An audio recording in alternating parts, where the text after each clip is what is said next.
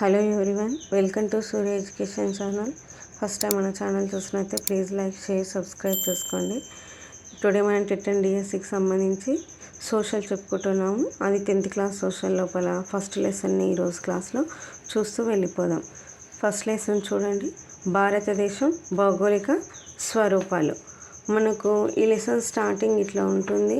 ఇక్కడ సెకండ్ పేజీలో చూడండి, మనకు భారతదేశం చాలా విశాలమైన దేశం. ఇది పూర్తిగా దక్షిణార్ధగోళంలో ఉంది. దేశం 8 డిగ్రీల 50 డిగ్రీలు ఉత్తర రేఖాంశాల మధ్య, 68 డిగ్రీస్ దక్షిణ మరియు 9 డిగ్రీస్ తూర్పు అక్షాంశాల మధ్య ఉంది. అయితే చాలా మటుకు మనం ఇది చదివి అండర్లైన్ చేసుకుంటాము, ఇదే కరెక్ట్ అనుకుంటా. కానీ ఇక్కడ పై వాక్యం చూడండి, ఒక ప్రదేశాన్ని లేదా ప్రాంతాన్ని ఖచ్చితంగా సూచించడానికి అక్షాంశాలు, రేఖాంశాలు ఉపయోగిస్తారు. అట్లాస్ను ఉపయోగించి ఈ క్రింది వాక్యాన్ని సరిచేయండి. మనం ఈ సరిచేయండి అనేది పట్టించుకోము, చూడకుండా డైరెక్ట్ మనము ఇదే కరెక్టు అని ఇదే కరెక్ట్ అని చదువుతూ ఉంటాం. కానీ మనకు అది రాంగ్ అండి, సరి చెయ్యండి అన్నాడు. కాబట్టి దానికి భారతదేశం యొక్క ఉనికి చూడండి, 8 డిగ్రీల 4 సెకండ్ల ఉత్తర అక్షాంశం నుంచి 37 డిగ్రీల 6 సెకండ్ల ఉత్తర అక్షాంశం మధ్య, అదేవిధంగా 68 డిగ్రీల 7 సెకండ్ల తూర్పు రేఖాంశం నుండి 97 డిగ్రీల 25 సెకండ్ల తూర్పు రేఖాంశాల మధ్య విస్తరించి ఉంటుంది. ఇది మనకు భారతదేశం ఉనికి. అయితే పుస్తకంలో మనకు మిస్టేక్స్ ఉంది, అది మనం సెర్చ్ చేసుకోవాలండి. భారతదేశం విస్తీర్ణం, మనకి భారతదేశం యొక్క విస్తీర్ణం ఎంత ఉంటుంది అంటే 32,87,263 చదరపు కిలోమీటర్స్. అదేవిధంగా మనకు తూర్పు పడమరల మధ్య దూరము, ఈ డిస్టెన్స్ ఎంత ఉంటుందంటే 2,933 కిలోమీటర్స్. ఉత్తర దక్షిణాలుగా తీసుకున్నట్లయితే మనకు 3,214 కిలోమీటర్స్. మనకు భూభాగపు సరిహద్దు పొడవు, ఈ పొడవు ఎంత ఉంటుంది అంటే 15,106.7 కిలోమీటర్స్. మనకు తీరరేఖ పొడవు ఎంత ఉంటుంది అంటే 7,516.6 కిలోమీటర్స్ ఉంటుందన్నమాట. ఇది మనకు భారతదేశం యొక్క ఉనికి. నెక్స్ట్ కింద చూడండి, భారతదేశం మధ్య గుండా ఏ రేఖ పోతుంది అంటే కర్కట రేఖ ప్రయాణిస్తుంది. నాకు అదేవిధంగా భారతదేశ ప్రామాణిక రేఖాంశం ఏది అంటే 82 డిగ్రీస్ 30 సెకండ్స్ తూర్పు రేఖాంశము. ఇది మనకు 82 డిగ్రీస్ 30 మినిట్స్ తూర్పు రేఖాంశము మన దేశంలో ఎక్కడ పోతుంది అంటే అలహాబాద్ నగరం గుండా పోతుందన్నమాట. అయితే మనకు దీని ఆధారంగానే భారత కాలమానం అంటే ఇండియన్ స్టాండర్డ్ టైంను నిర్ణయిస్తారనమాట. అయితే మనకు గ్రీన్విచ్ ప్రామాణిక కాలానికి అంటే గ్రీన్విచ్ మెయిన్ టైంకి మనకి ఎంత అంటే 5.5 అంటే 5:30 గంటల ముందు ఉంటుందన్నమాట. ఇది మనకు ఉనికికి సంబంధించింది. నెక్స్ట్ చూడండి, మనకు ఇక్కడ చూడండి, మనకు అహ్మదాబాద్, ఇంపాల్ యొక్క సూర్యోదయము, సూర్యాస్తమాలను ఇవ్వడం జరిగింది. ఇది చూడండి, మనకు జనవరి 5, ఇది డేట్ కూడా మెన్షన్ చేసాను, జనవరి 5 అన్నమాట. మనకు ఇక్కడ చూడండి బాక్స్ ఇట్లా ఉంటుంది, మనం ఇలా పేర్లు రాసుకోవాల్సి ఉంటుంది. సూర్యోదయం సమయం మనకి ఎంత అంటే 5:59 అనమాట. సూర్యాస్తమం వచ్చి 16:37 మినిట్స్, అంటే దీని టైం వచ్చి మనకు 12 అవర్స్లోపు చూసుకుంటే 4:37 సూర్యాస్తమం అవుతుంది. ఇది ఎక్కడ? ఇంపాల్ లోపల. ఇది ఎక్కడ? ఇంపాల్. నెక్స్ట్ అహ్మదాబాద్ లోపల ఎప్పుడు అవుతుంది అంటే సూర్యోదయం వచ్చి మనకు 7:20కి అవుతుంది. సూర్యాస్తమం వచ్చి 18:05 అంటే ఈ 18 అంటే 6 కదా, 6:05 మనకు సూర్యాస్తమం అనేది కావడం జరుగుతుంది. ఇది ఇలా మనకు బుక్కులలో బాక్స్ ఇచ్చి ఇట్లా ఇస్తుంటారు కదా, ఇవి కూడా ఒకసారి చూసుకోవాలి. లేకపోతే వాళ్ళు డైరెక్ట్ ఎగ్జామ్లో ఇలా టైం ఇచ్చి ఇది ఇంపాల్ అహ్మదాబాద్ అని అడగడే చాయిసెస్ ఉంటుంది, కాబట్టి ఇది ఒకసారి చూసుకోండి. నెక్స్ట్ భూగర్భ నేపథ్యం. ఈ నేపథ్యాన్ని చూడండి, మనం చూసుకున్నట్లయితే ప్రపంచ భూభాగం అంతా 2 ప్రధాన భూఖండాల నుంచి ఏర్పడింది. అవి ఏంటివంటే, ఒకటి అంగార భూమి. ఈ అంగార భూమిని మనం ఏమని పిలుస్తారంటే లారేషియా అని పిలుస్తారు. 2 గోండ్వానా భూమి. అయితే మన భారతదేశ ద్వీపకల్పము గోండ్వానా భూమి లోపల ఉందన్నమాట. అయితే ఎట్లా అంటే 20 కోట్ల సంవత్సరాల క్రితమే మనకు గోండ్వానా భూభాగము ముక్కలుగా విడిపోయి భారతదేశ ద్వీపకల్ప పలకము ఈశాన్య మనకు దిశగా పయనించి చాలా పెద్దదైన యురేషియా పలకం, అంటే యురేషియా అంటే అంగార భూమితో ఢీకొనడింది. ఇలా ఢీకొట్టడంతో మనకు తీవ్ర ఒత్తిడి వల్ల మిలియన్ల సంవత్సరాల క్రమంలోనే ముడతపడే ప్రక్రియ వల్ల పర్వతాలు ఏర్పడ్డాయి అన్నమాట. మనము ఇప్పుడు చూస్తున్న హిమాలయ పర్వతాలు ఎగ్జాంపుల్గా చెప్పుకోవచ్చు.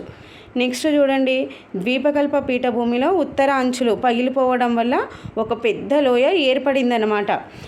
కాలక్రమంలో ఈ లోయ ఉత్తరాది నుంచి హిమాలయ నదులు, అంటే ఆ లోయ లోపల నుంచి ఉత్తరం నుంచి హిమాలయ నదులు, దక్షిణాది నుండి ద్వీపకల్ప నదులు, ఉత్తరమేమో హిమాలయ నదులు, దక్షిణానేమో ద్వీపకల్ప నదులు. ఇవి ఉత్తర దక్షిణాలు కన్ఫ్యూజ్ కావద్దు. తెచ్చిన ఒండ్రుతో మేట వేసుకుంది. దీని ఫలితంగానే భారతదేశంలో విస్తారమైన ఉత్తర సమతల మైదాన ప్రాంతాలు ఏర్పడ్డాయి. భారతదేశ భూభాగంలో ఎంతో వైవిధ్యము ఉందన్నమాట. భూ ఉపరితలం పైన ద్వీపకల్ప పీఠభూమి ఎంతో పురాతనమైన దానిలో ఇది కూడా ఒకటి. అంటే మన భారతదేశము ఎంతో పురాతనమైన దాని లోపల ఇది కూడా ఒకటి అనేది గుర్తుంచుకోవాలి. నెక్స్ట్ మనకు భౌగోళిక స్వరూపాలు. మన భారతదేశ భూభాగాన్ని మనము ఎన్ని రకాలుగా చేయొచ్చు భౌగోళిక స్వరూపాలు అంటే 6 రకాలు అన్నమాట. 1 హిమాలయాలు, 2 గంగా సింధు మైదానము, 3 ద్వీపకల్ప పీఠభూమి, 4 తీర ప్రాంత మైదానము, 5 ఎడారి ప్రాంతము, 6 దీవులు. ఫస్ట్ వన్ హిమాలయాలు. హిమాలయాల గురించి చూసుకున్నట్లయితే ఈ హిమాలయ పర్వతాలు ఒక చాపం వల్లే పడమర నుంచి తూర్పుకు, మనకి ఎక్కడి నుంచి పడమరకు తూర్పుకు ఎన్ని కిలోమీటర్లు, 2400 కిలోమీటర్ల పొడవున ఉన్నాయన్నమాట. ఇవి హిమాలయాలు పడమర నుంచి తూర్పుకు మనకి ఎంత కిలోమీటర్స్ అంటే 2400. అయితే పశ్చిమ ప్రాంతంలో ఇవి ఎంత ఉన్నాయంటే 500 కిలోమీటర్స్ వెడల్పుగా ఉండి మధ్య తూర్పు భాగంలో మనకు ఎంత ఉంటుందంటే 200 కిలోమీటర్ల వెడల్పుతో ఉందన్నమాట. అంటే పశ్చిమ ప్రాంతంలో వెడల్పు ఎక్కువ మనకు. అదేవిధంగా విభిన్న ప్రాంతాలలో పర్వత ఎత్తులలో కూడా వ్యత్యాసాలు ఉంటాయి. అయితే హిమాలయాలలో సమాంతరంగా ఉండే మనకు 3 పర్వతాలు ఉన్నాయి. అవి లోతైన లోయలు, విశాలమైన పీఠభూములతో ఈ పర్వత శ్రేణులు మనకు వేరు చేయబడి ఉన్నాయన్నమాట. అన్నిటికంటే ఉత్తరాన ఉన్న హిమాలయ శ్రేణిని మనం ఏమని పిలుస్తామంటే ఉన్నత హిమాలయాలు లేదా హిమాద్రి అని పిలవడం జరుగుతుంది. ఈ శ్రేణి అవిచ్ఛిన్నంగా ఉంటూ పర్వతాల సగటు ఎత్తు మనకు సముద్ర మట్టం నుండి సుమారుగా సముద్ర మట్టము నుంచి చూడండి 6100 మీటర్లు. ఇక్కడ కిలోమీటర్స్ కాదు మీటర్లు అన్నమాట.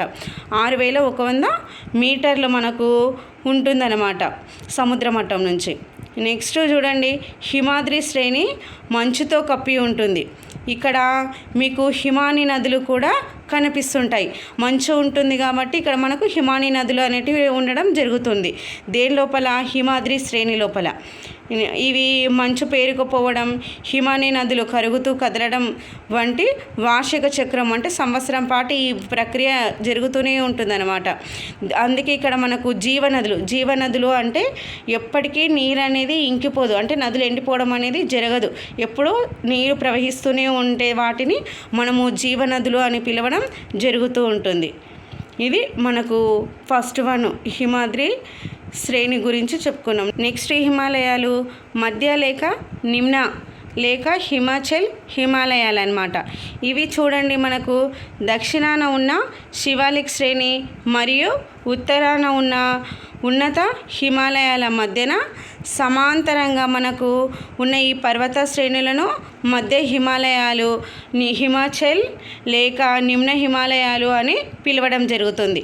అంటే దక్షిణాన ఉన్న శివాలిక్ శ్రేణి మరియు మనకు ఉత్తరాన ఉన్న ఉన్నత హిమాలయాల మధ్యగా మనకు సమాంతరంగా ఉన్న పర్వత శ్రేణులని మనం ఏమని పిలుస్తాము అంటే మధ్య హిమాలయాలు. వీటికే నిమ్న అని ఇంకా హిమాచల్ అని మనం పిలవడం జరుగుతుంది. పేర్లు మాత్రం కన్ఫ్యూజ్ కావద్దు, మర్చిపోకండి.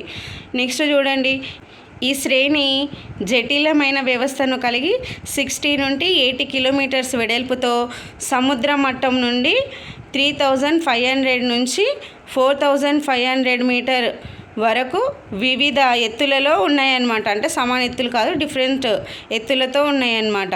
చాలా పర్వత శిఖరాలు మనకు సముద్ర మట్టం నుండి 5050 మీటర్ల కన్నా ఎక్కువ ఎత్తులో ఉండి సంవత్సరం పొడవునా ఇవి మంచుతోటి కప్పబడి ఉంటాయి.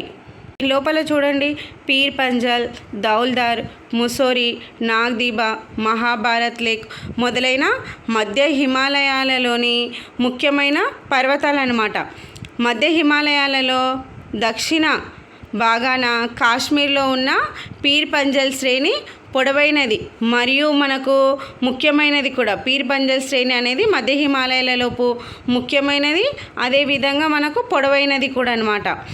పీర్ పంజల్ మరియు జస్కర్ శ్రేణుల మధ్యన ప్రఖ్యాతిగాంచిన కాశ్మీర్ లోయ ఆగ్నేయం నుండి వాయువ్య దిశగా మనకు 135 కిలోమీటరు పొడవుతో విస్తరించి ఉందన్నమాట.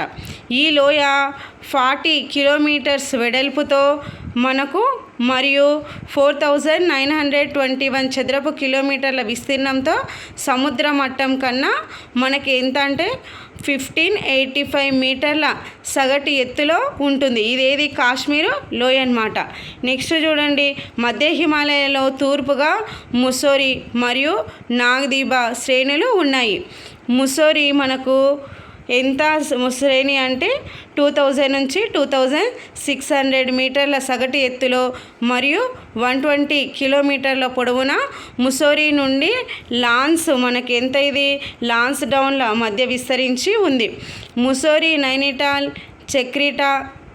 చక్రట మరియు రాణికేట్ వంటి కొన్ని ముఖ్యమైన వేసవి విశ్రాంతి స్థావరాలు మనకు ఎగ్జామ్లలో ఎట్లా అంటే వేసవి స్థావరాలు మధ్య హిమాలయాలలోపు ఏవి అని అడిగే ఛాయిసెస్ ఉంటాయి కాబట్టి చూసుకోవాలి. మనకు మధ్య హిమాలయాలలోపు వేసవి స్థావరాలు ఏంటివి అంటే ముసోరి, నైనిటాల్, చక్రట మరియు రాణికేట్ అనేటివి మనకు కొన్ని ముఖ్యమైన వేసవి విశ్రాంతి స్థావరాలు అన్నమాట.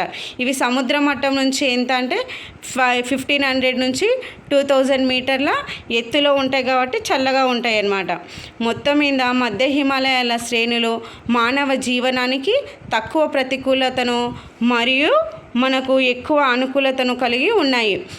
దీనిలాగే సిమ్లా, ముసోరి, రాణికేట్, నైనిటాల్, ఆల్మోరా మరియు మనకు డార్జిలింగ్ వంటి హిమాలయ వేసవి విడుదలు ఇక్కడ ఎక్కువగా ఉంటాయన్నమాట. ఇది మనకు మధ్య హిమాలయాల గురించి. నెక్స్ట్ శివాలిక్ శ్రేణి. ఈ శివాలిక్ శ్రేణిని నెక్స్ట్ వీడియోలో చూద్దాము. మీ కనుక మా క్లాస్ నచ్చినట్లయితే ప్లీజ్ మన ఛానల్ని లైక్ చేయండి, షేర్ చేయండి, సబ్స్క్రైబ్ చేసుకోండి. Thank you all.